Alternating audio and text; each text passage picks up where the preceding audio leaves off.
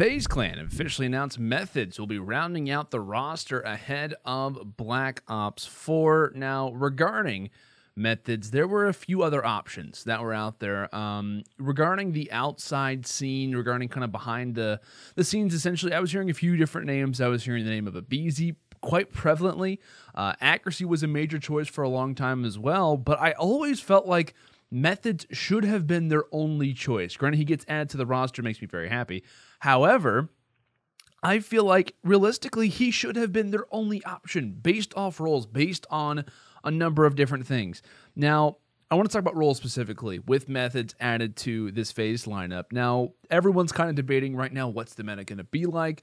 Is it going to be 2 SMGs, 2 ARs, 1 flex? Are we even going to see the flex this year?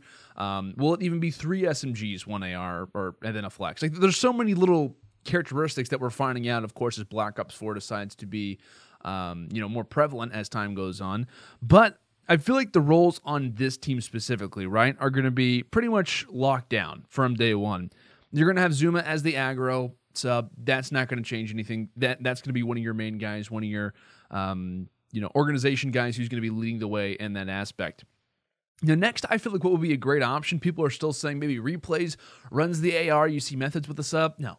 Okay, let's be real here. Methodz in World War II, as great as he was good with a slow-paced AR. We want to put a new weapon in his hands, and we want to see him play at a new pace? I don't know. I feel like that would totally ruin his growth as far as what he was known for throughout the entirety of World War II. Regardless, I think we see Replays as an SMG support. The IGL running with Zuma, running with Attach from time to time, I feel like would be great, because when you talk about the guys who are going to be IGLing for the most part, when we talk about hardpoint time as well, which I'll get into this in a minute, Replays was phenomenal at hardpoint time through all of World War II. If he's leading the way with the subs, it's great because he has that IGL position to give communication to the other guys. Your AR is going to be hopping in the hill as well. Both Methodz and Priesta were known for that throughout World War II too. So, I don't know. I feel like for this team, you have Replays rounding out the support.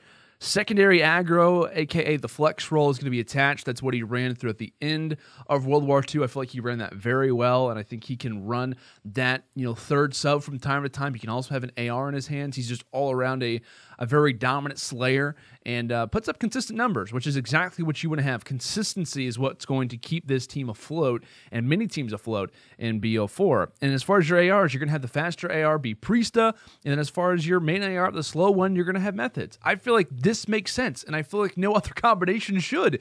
This is just the way that I feel like it should be. Now, why was Methodz the target, right? Like, why did they choose him over Accuracy, which to me was pretty much his main competition? Methodz stats in World War II, you can't deny them, right? Throughout all of World War II, every single player who competed at LAN, chat to COD_stats, JP, the legend, put out these stats. Methodz in World War II, right? Looked it up on COD stats. Number 1 in respawn KD. Number 3 in hardpoint time. Number 1 in hardpoint KD. And number 4 in CTF KD.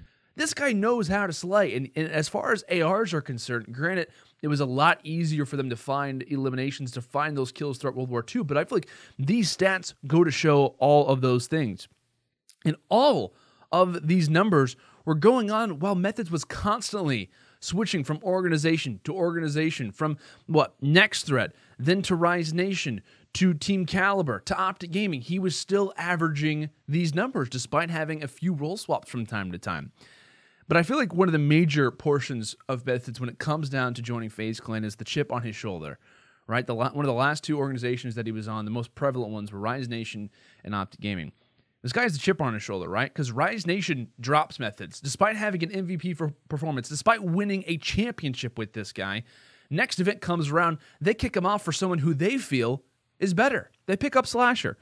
Optic Gaming, right? Methodz, still a phenomenal player on OG. Granted, he probably got the role that he wanted, but he was dropped from this team for a new start. I'm almost angry that it took this long for an organization to sign Methodz, because I feel like despite being released from a few of his last teams, those weren't based on performance problems. It was just based on what they feel like the organization was better for them. I feel like for this team, the chemistry is going to be there. Methodz is easy to work with. He's great friends with the guys on FaZe.